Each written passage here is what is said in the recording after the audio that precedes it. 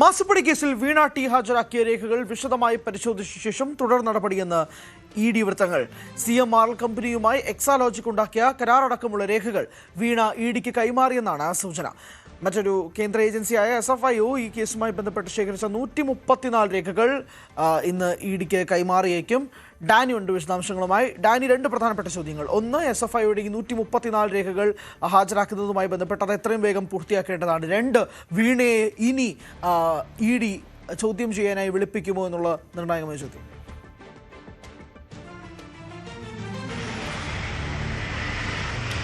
ഈ കേസിലെ ഏറ്റവും നിർണായകം വീണ ഹാജരാക്കിയ രേഖകൾ പരിശോധിക്കുക, അതോടൊപ്പം തന്നെ ഈ മൊഴികളുടെ പരിശോധന നടക്കുക. കാരണം ഇ ഡി ആവശ്യപ്പെട്ട വിവരങ്ങൾ ഹാജരാക്കിയിട്ടുണ്ടോ എന്ന കാര്യങ്ങളടക്കം പരിശോധിക്കപ്പെടേണ്ടതുണ്ട്. അവരുടെ മൊഴിയിൽ ഏതെങ്കിലും രീതിയിലുള്ള വൈരുദ്ധ്യം നിറഞ്ഞിട്ടുണ്ടോ എന്നതടക്കമുള്ള കാര്യങ്ങൾ പരിശോധിക്കേണ്ടതുണ്ട്.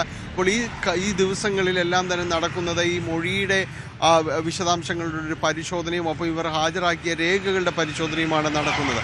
ഇതിലേതെങ്കിലും രീതിയിലുള്ള പൊരുത്തക്കേടുകൾ ഉണ്ടെങ്കിൽ അത് വ്യക്തമായ ഒരു ഉത്തരം അതിന് തേടേണ്ടി വരും. അപ്പോൾ കൃത്യമായ രീതിയിൽ ഇത് വീണ്ടും ഇ ഡിക്ക് മുന്നിലേക്ക് എത്തേണ്ടി വരുന്ന സാഹചര്യം ഉണ്ടാവുകയും ചെയ്യും. അപ്പോൾ നിലവിലത്തെ ഒരു സാഹചര്യത്തിൽ ഈ ദിവസങ്ങളായി നടക്കുന്നത് ഈ രേഖകളുടെ ഒരു സൂക്ഷ്മമായ രീതിയിലുള്ള മൊഴികളുടെ പരിശോധന, ഒപ്പം തന്നെ ഹാജരാക്കിയ രേഖകളുടെ പരിശോധന എന്നിവയെല്ലാമാണ് ഇപ്പോൾ നടക്കുന്നത്. ഇ ഡിയുടെ മുതിർന്ന ഉദ്യോഗസ്ഥർ തന്നെയാണ് അതിന് നേതൃത്വം നൽകുന്നത് എന്നതാണ് മനസ്സിലാക്കാനായിട്ട് സാധിക്കുന്നത്.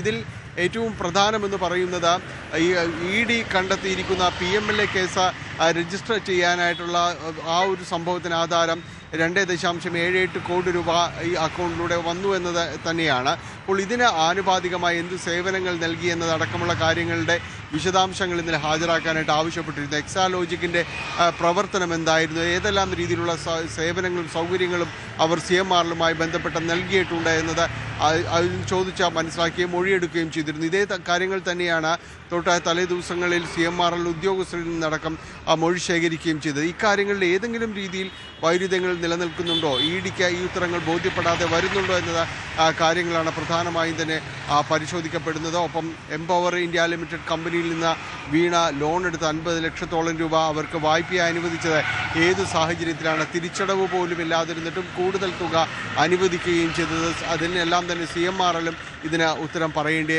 വരികയും ചെയ്തിട്ടുണ്ട്. അപ്പോൾ ഈ സാഹചര്യങ്ങളെല്ലാം തന്നെ പരിശോധിച്ച് ആവശ്യമെങ്കിൽ വീണ്ടും വീണയെ വിളിപ്പിക്കാൻ തന്നെയാണ് സാധ്യത.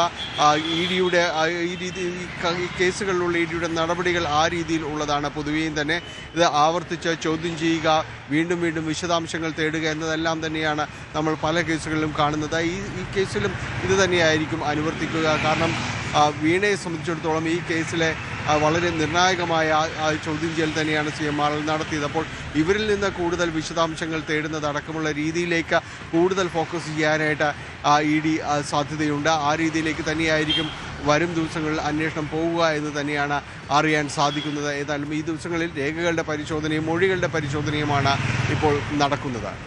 രേഖകളുടെയും മൊഴികളുടെയും പരിശോധനകളാണ് ഇപ്പോൾ നടക്കുന്നത്. ഡാനിയാണ് വിശദാംശങ്ങൾ നൽകിയത്.